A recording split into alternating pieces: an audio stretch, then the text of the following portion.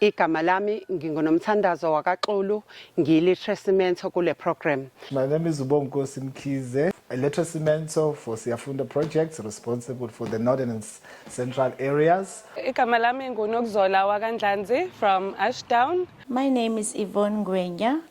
I'm a literacy mentor at Vulindlela South. Igama lami nguSanelisiwe wakwaNtulisibongo.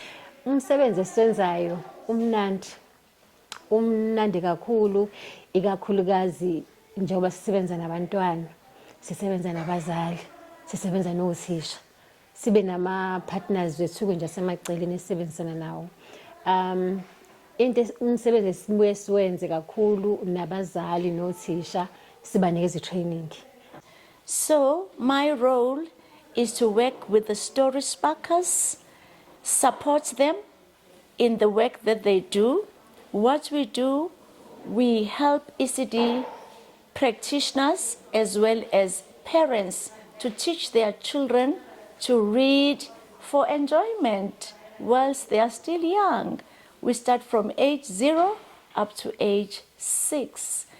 Umsebenzi wami ukutraina abazali nama ECD practitioners ngonalibali. Thina njengonalibali we read for enjoyment. Ukutraina abazali nothisha kungisize ukuthi ngigaine i-confidence mina ngokwami. I was very fortunate ukuthi ngikwazi ukuthola ke ngingene la kaNalibali. Usize kakhulu most especially community yami because ngiqhamuka from a community at disadvantage whereby nje ukufunda kweingane akuthathwa nje serious, so ukufika kwayo kusize kakhulu ngoba ama parents nama practitioners athole ulwazi oluningi ngokuthi kubaleke kangakanani ukuthi izingane zifunde.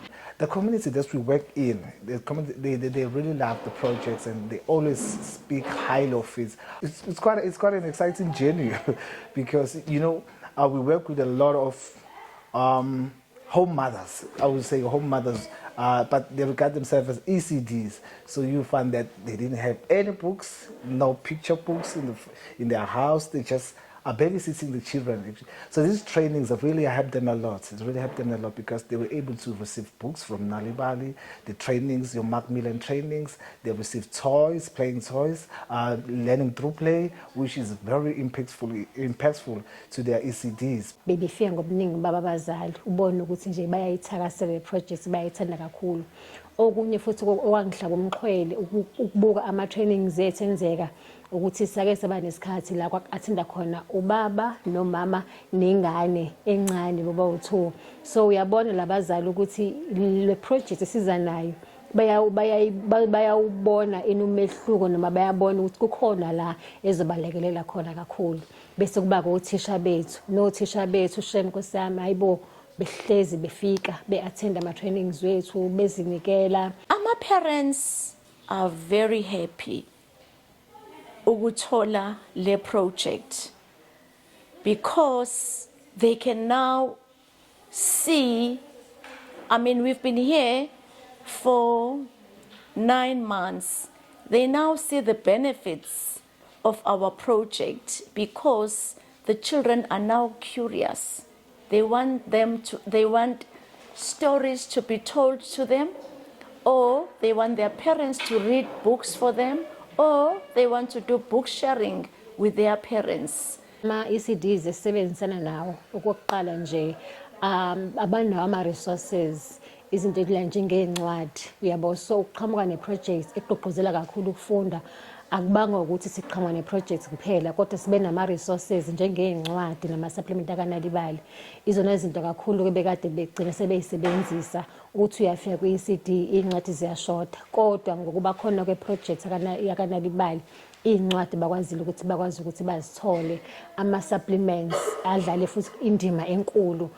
But there is a challenge because abazali, in as much as they love our project, they have a challenge with their own chores. So sometimes they don't get enough time to do book sharing or storytelling with their own children.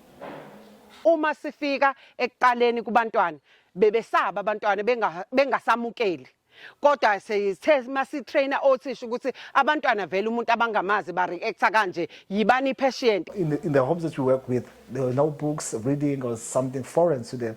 So this was something new which gave them, how can I put this? Which gave them another thinking about books with children. So fortunately, they did like our home visits. They do like our home visits, and they implement the activities that we do with them in the trainings. Siphinde sakwazi nokubapha incwadi ama supplements abazokwazi ukuthi bakise emakhaya beyosiza izingane zabo to improve knowledge yabo.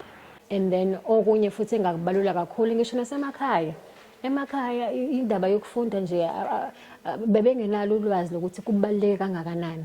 Umzali beka nje ayibuyele mhlamba ayithethisa ingane khona nje umunye wayithethisa ingane njalo ingane uyayithethisa imingenzi kahle njalo ayithethisa ingane kodwa waqala wahamba ama trainings akanalibala wabona ukuthi umntwana wami fanele ngim-approach ngale ndlela kushuthi mina njengomzali fanele ngiyinikeze isikhathi nomntwana wami mhlambe nje once or twice or 3 times depends umzali uzoba nesikhathi esingakanani abe nesikhathi naye bamenzise i-homework babe no storytelling session ekhaya babe no reading corner ekhaya through nalibali trainings wakwazi-ke manje ukuba nekuspenda manje isikhathi nomntana wakhe-ke esekwazi ungasamthethisi esekwazi ukuthi approach kahle nje bafundisane ukudila nama stakeholders are different through i-program besisebenza under izimo ezinzima kakhulu but through it all we manage ukuthi i-program ihambe ize ifike la. So as a person ngigaine iskill sokunegotiate nasezimweni ezibukeka angazi ukuthi zinzima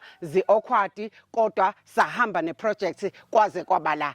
Sisebenza endaweni la ngempela intuthuko ihamba khona kancane ama projects njengalawa osiyafunda from Nalibali amancane wekho uyabo ikakhulukazi futhi ama projects abhekelele ngqo kubazali ngoba isikhathi esiningi ama projects akhona uthola ukuthi atarget othisha so le project bengiyibona ihluke kakhulu ngoba sithinta lapha ya kubazali ngoba sithi imfundo iqala kuphi iqala ekhaya kumzali. I did a support visit with the Story Sparker, and the parent told me that, you know, the intervention of Nalibali has helped her 2-year-old to differentiate between a cat, a dog, a hen, the different types of animals, because before the child used to say any animal is a nunu. Any animal that she sees is a nunu. So now this child, this 2-year-old, is able to say inja, ikati, inkuku, inkomo, imbuzi. You know, this child is able to name the animals. Or one of you is the practitioner uthe before Nalibali abantwana bengibafundisela eklasini elodwa ngingazi ukuthi lokho angikwenzi kahle kodwa through uNalibali ngikwazile ukubahlukanisa ngibe senginama class awu3 manje kade nifika nina before bengine class elodwa kodwa ngenxa yosizo lwenu nama training sesinama class awu3 with different ages. Bajabule ngale project le kakhulu because amanye ayafika but amanye ama projects anaka kakhulu ama ECD practitioners so liyaka Nalibali bihlukile ngoba ibingena nasemakhaya kwama parents ibathathe transport ibalethe kwama hubs bezofunda ngokubaleka so bajabule because bakwazi nokuthola ama kits abakwazi ukuyisebenzisa ekhaya badlale nezingane zabo nezincwadi abakwazi ukuyifunda nezingane zabo ngoba into engiyibonile ukuthi izingane zabo eziningi attend i-crash ngenxa yokuthi babalekela ukukhokha esikoleni ingane isancane so bancamela ukuthi vele ihambise iyongena primary school isiyofunda grade 1 abakubona ukubaleka kakhulu kwi-ECD so by attending ama trainings sebenazo izincwadi bavele bayifundise emakhaya and bathi bayubona umehluko ezinganeni zabo. The community that we work in, they really love the projects and they always speak highly of it.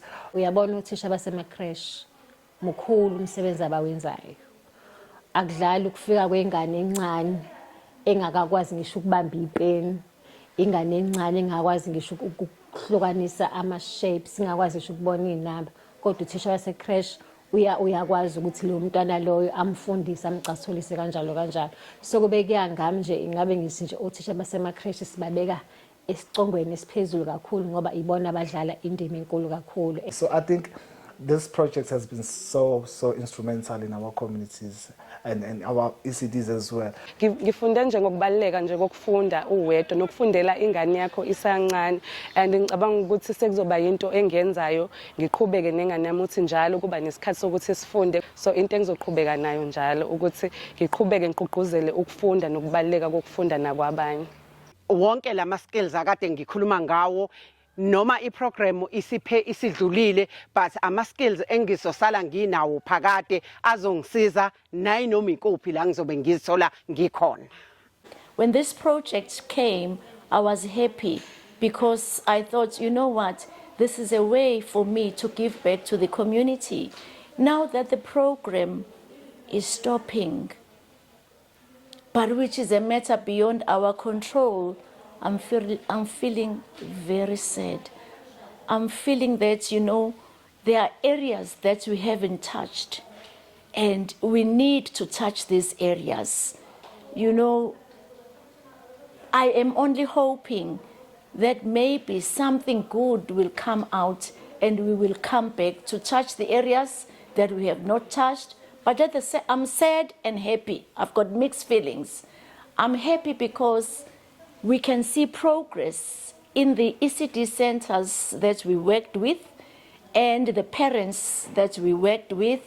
And I'm saying it's their chance now to take the program through and help their children to be better citizens in as far as reading is concerned. Siyabonga kakhulu ngaleli thuba sibe nalo engicabanga ukuthi nama-visit besikade siwenza asawenza umehluko nesikwenzile futhi nabo kuzosala kubona kubavuselela. I just want to applaud Nalibali for the work that they've exposed me to. I appreciate Nalibali and I say shine, Nalibali shine, keep up the good work. Our areas, our communities will never be the same because of your intervention.